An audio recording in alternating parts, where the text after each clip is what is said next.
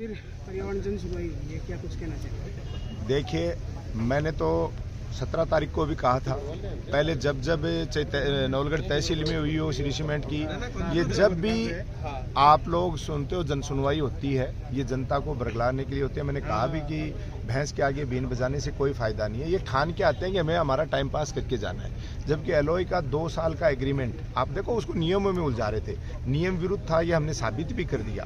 उसके बाद भी प्रशासन अपनी हठधर्मिता पे लगा हुआ था। हम लोग बार बार कह रहे हैं, हम विकास के खिलाफ नहीं हैं।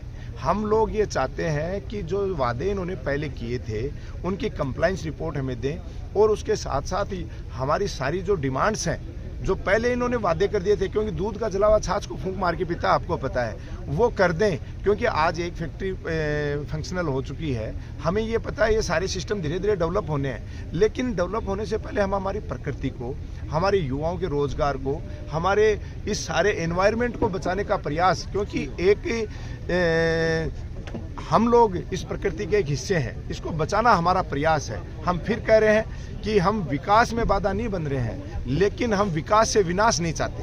हम विनाश के खिलाफ हैं, और हमारी विचारधारा की विनाश से कैसे बचा जाए, उन सारी बातों के हम बार बार इनको सजेशंस भी दे रहे हैं, लेकिन जो लोग अपनी हठधर्मिता पे बढ़े हैं, तो उस बात पे आज हमने इनको ज्ञापन भी दिया है कि इन मांगों पे आप पहले काम कर लीजिए, उसके बाद आप अगला कोई काम कीजिए। सर, प्रशासन को लेकर 6 दिन में दूसरी बार पर्यावरण लेकर जो जन सुनवाई की गई है, इसको लेकर इतनी जल्दी क्या है कि 6 रोज में 2 सुनवाई? देखिए, प्रशासन दबाव में है, हमने जो महसूस किया, नोट किया, जबकि इन्होंने 15 दिन का समय मांगा था 17 तारीख को कि हम पीछे की क्लियरेंस 15 दिन में आपको कर देंगे, तो उसके बाद भी हो सकती थी, और कोई चीज़ तय हो जाती है वो आगे एक्सटेंड भी होती है, आप सबको पता है। लेकिन कहीं ना कहीं प्रशासन दबाव में है, और ये बड़े भामाशाहों को या बड़े उद्योगपतियों को कोऑपरेट करने की एक बड़ी साजिश है।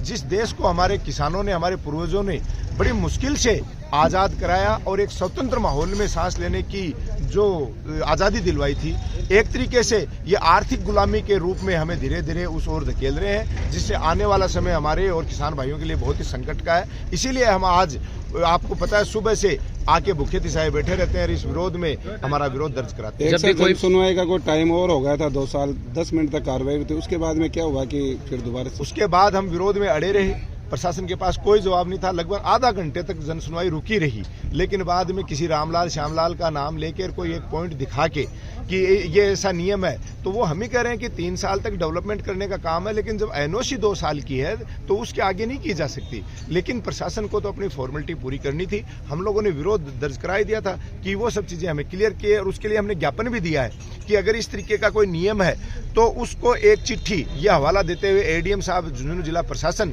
खुद एनजीटी को, केंद्र सरकार को, राज्य सरकार को लिखेगा।